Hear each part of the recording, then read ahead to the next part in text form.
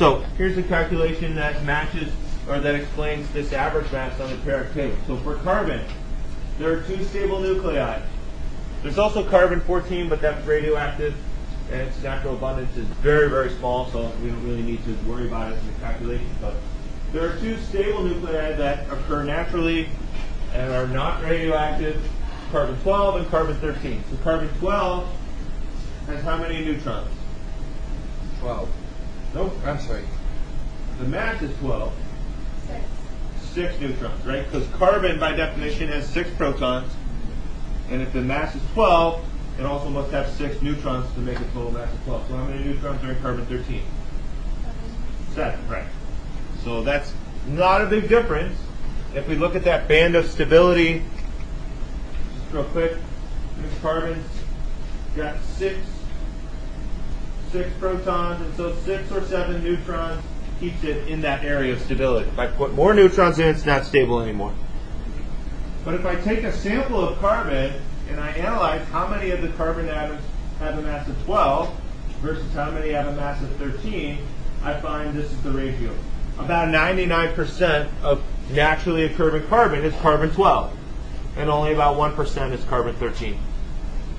That's why the average is so close to 12, right? The average of 12 and 13, if they're in equal abundance, would be 12.5. But the average is not 12.5, it's 12.01, and I get that from this calculation, right? So I can take the percentage, express it as a decimal, multiply that by the mass of that substance that has that percentage. Then I take the other percentage, multiply it by that mass, add it all together, and I get the average. Yes? What's used to determine the natural abundance? Yeah, that's a great question. So let's talk about that. One way to do that is to use a mass spec, which is a device that separates things based on their mass and charge. So the way a mass spec instrument works, in this example, they're working with neon, but you could do this with really any element. You insert your sample. The atoms or molecules go in here, and then there's these beams of electrons. And so electrons flying fast at the atom, they come in and they knock other electrons out of the atom. Right? So maybe for like neon, there's 10 protons and 10 electrons. So if I knock one of those electrons out, now I don't have a balance between the protons and electrons anymore.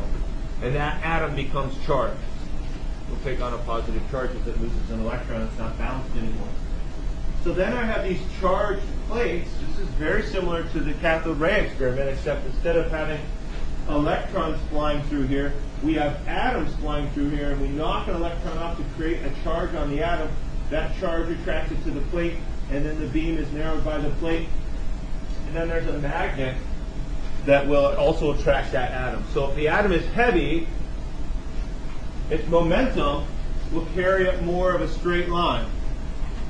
If the atom is lighter, it's not as heavy, then it will be its line will be diverted more by its attraction to the magnet, and it will end up hitting on a different place on the screen. So we can tell how heavy the charged particle is based on its trajectory. And so we can say if almost all my atoms are light, not very heavy, and they come through here and hit in one space, and only a couple come through and hit in another space because they're heavier, I can tell the ratio or the amount of the heavier and light atoms based on how much they are detected by that screen on the other side of the instrument. And so then I get a printout that tells me, I get these peaks that tell me the relative abundances of the different mass isotopes in that sample. So mass spec is very useful. There's lots of different versions of mass spec, and you can analyze the mass of a lot of different substances with mass spec. They all have a similar theme, and that is that they create a charge on the structure, and then depending on how that structure is affected in the instrument, you can determine the mass and charge of the structure. Which should be more naturally abundant, bromine 79 or bromine 81? How do I answer that question? Yeah, I would look on the periodic table and see what the average is. So bromine comes in two isotopes, 79 and 81. But if I look at the number on the periodic table, it's 79.9, which is practically 80. The average mass of bromine atoms is almost exactly 80. But there is no actual individual isotope of bromine 80. For some reason, bromine 80 is not a stable isotope. There's bromine 79 and there's bromine 81. So if the average is just below 80, which of those two is more abundant? The 79, right? If the 81 were more abundant, that would affect the average and cause it to be higher than 80. If they were exactly equally abundant, then the average would be exactly 80. They're almost the same.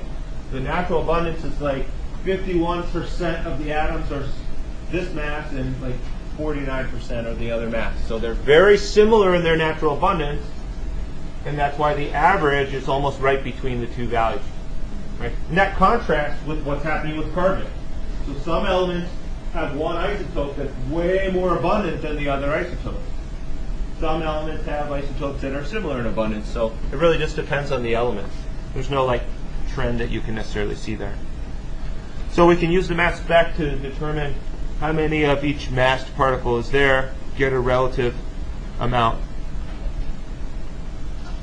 Any questions about that? Yeah. Yes. I don't understand why 81 is not stable.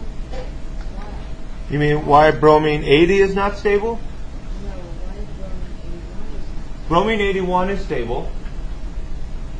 So these are the two isotopes of bromine that are stable, 79 and 81. Those are the two that you find naturally because those are the two that are stable. You know, if you have a nucleus that's unstable because the number of protons and neutrons just for some reason isn't a stable number, that will undergo changes and break up or somehow be radioactive in a way that changes the number of protons and neutrons in the nucleus until it becomes stable. So these are the two stable isotopes of bromine, 79 and 81. And if your question is why are those two the stable isotopes and why are other isotopes not stable, there's no answer to that. It's just that some combinations of protons and neutrons in the nucleus make a stable nucleus. Other combinations of protons and neutrons don't make a stable nucleus. For carbon 12 and carbon 13, that's a lot of carbon to make it a little radioactive. Would that be like background radiation? So carbon 12 and carbon 13 are not radioactive. The version of carbon that is radioactive that's used in carbon dating is carbon 14. So any substance that was once living will have some amount of carbon 14 isotopes, not in this table. The amount of carbon 14 is very, very small. It's way less than 1% of the carbon in your body is carbon 14. So that's what's responsible for radiation because that is radioactive and emits beta radiation. But since it's such a small amount, it's not going to really play into the average that we get on the periodic table.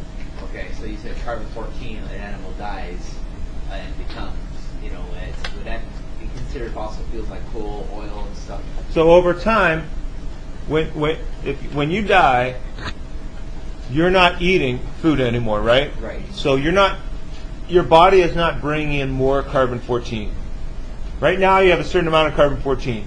That carbon 14 in your body is radioactive, so it's breaking down and becoming nitrogen as it emits beta radiation. So over time, the amount of carbon 14 in your body goes down, except for the fact that you keep eating food, and that food has carbon 14 in it, so you keep replenishing it. So that creates an equilibrium where you have about the same amount of carbon 14 all the time. But once you die, the starting amount of carbon 14 in your body on that day slowly goes down over time. After about 50,000 years, the amount of carbon 14 in your body isn't detectable anymore because it's gone down to such a small amount. So if you've got some material that was once living but it's older than that, you can't tell how much older than that it is because at that point there's not enough carbon 14 radiation to detect. Okay, so let's just look at a couple examples here.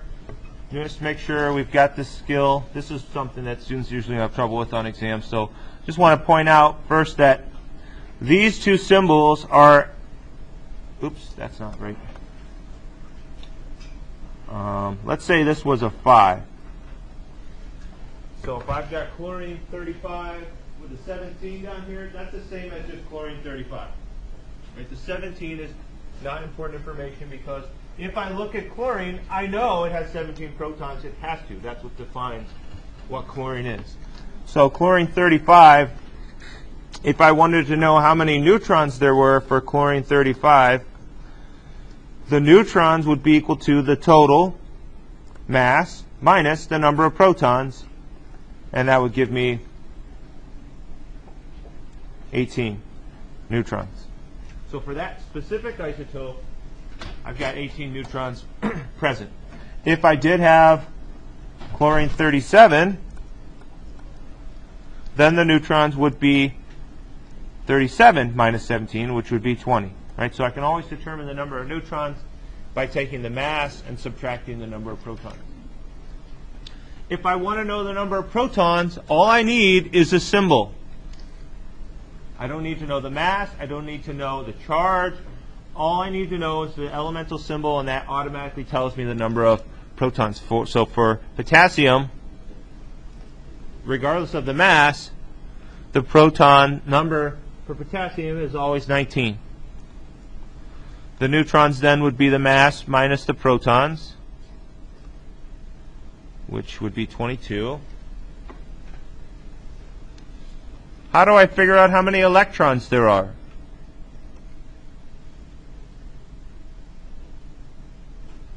Well, for our purposes, for now, the number of electrons will be equal to the number of protons.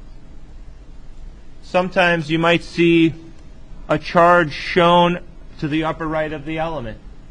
That would imply that the number of protons and electrons are not equal. So if I have a positive charge, that means I've got one proton more than the number of electrons. So if I don't have that charge, and I've got 19 protons, the number of electrons would also be 19. We'll talk more about charge a little bit later. So I just wanted to mention a couple other examples. So let's look at this one here, 2.14. Just asking the same question from a slightly different perspective. What if I wanted you to give the symbol and I tell you how many neutrons there are? So in this example, I've got 31 neutrons for an iron atom. How would I give the full symbol for that, meaning that I want to show the mass of that atom? Well, if it's iron, by definition, it's number 26. So it has to have 26 protons. So the mass is just going to be the sum of that.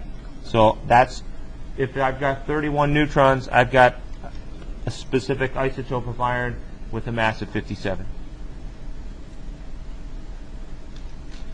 Likewise, in question 2.18, do the same basic thing. Okay, we'll just look at B.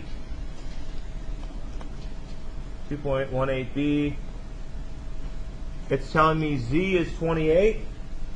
That's the number of protons. I don't know why they decided to make the symbol for the number of protons a letter Z, but I would probably, say I'd probably use that symbol because a proton also can be abbreviated with a lowercase p with a positive because protons are positive. So I've got 28 protons, and the mass symbol for mass is the letter A, but I would probably write mass so it's not confusing. The mass is 64. So how would I give that symbol? Well, if I know the number of protons is 28, I find that element, that's nickel, number 28 on the periodic table, and I would put the mass there to show which isotope of nickel specifically I'm talking about.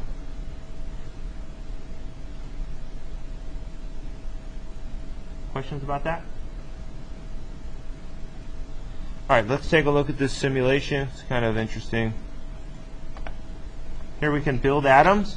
And this is nice. It shows how only certain isotopes are stable. So we could like pick an element on the periodic table. Maybe we'll just look at carbon. So carbon has 6 protons.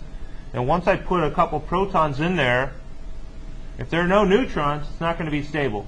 If I just put protons, there's not enough of the strong nuclear force to hold those together to overcome the repulsion they have from having like charges. So I want to make a stable atom. I've got to at least put some neutrons in there with the protons. So if I want to make carbon, I need to keep putting more protons in. So far I've got 3, 4. Every time it's unstable, I need more neutrons to stabilize it. This is very cool. 5, 6. So it's not stable, so maybe I need another neutron. So the first stable isotope of carbon, as we saw on the other slide, is carbon-12. It's got 6 protons and 6 neutrons. Is this going to be stable in the environment as an atom? It needs electrons. Why is an atom? So there's a difference between saying the nucleus is stable versus saying the atom is stable. If I'm saying the nucleus is stable, that's fine, because the nucleus is not going to break apart if it has the right number of protons and neutrons to make a stable nucleus to create enough strong forces to hold everything together. But for an atom to be stable on Earth, where there are other atoms all around, and those other atoms have electrons, if I create an atom with no electrons, that means I've got a lot of positive charge in here, and that positive charge is going to start attracting electrons from other atoms that are around it in the environment. So to really make it stable, because it has a positive charge, it's not balanced out, I need to put some electrons in. So I'll just throw some electrons in here. Okay, so why did my first 2 electrons go in this inner circle, but my third electron went on the outside? Right, there are orbitals and energy levels where some of the areas where an electron can be are close to the nucleus, some are farther out. But why? Why can only 2 fit in here? How come I can't put more in? Are there any forces that prevent that you can think of? Oh, electrons are negatively charged and like charges repel. Right? So if I try to put too many electrons in one area, they repel too much. The first area, which is right next to the nucleus, that's where electrons are attracted the most because of the positive charge, pulls them in there. But I can only put so many negative charges in a small area before the repulsion becomes too much. So if I put 3 electrons in, it still has an overall plus 3 charge because I've got 6 positives and only 3 negatives. Still not going to be very stable in the environment. So I would need to put a few more electrons in to show or to create a situation where the charges are balanced. So now I've got a neutral atom, I've got a balanced charge. So I can show the symbol for that, I can show the mass, I can show the charge. If I take one of those electrons away, now it's not balanced anymore. So since I took an electron away, I have now a +1 charge. If I put extra electrons in, now I have a negative charge. I put more of the negatively charged particles, I create a negative charge overall on the symbol. Can I also take a neutral carbon and make it positive by putting an extra proton in? If I put this proton in here, will it become carbon +1? No, it will become nitrogen +1. Because when I add another proton, that changes the identity of the element. The elements are defined by the number of protons that they have in their nucleus.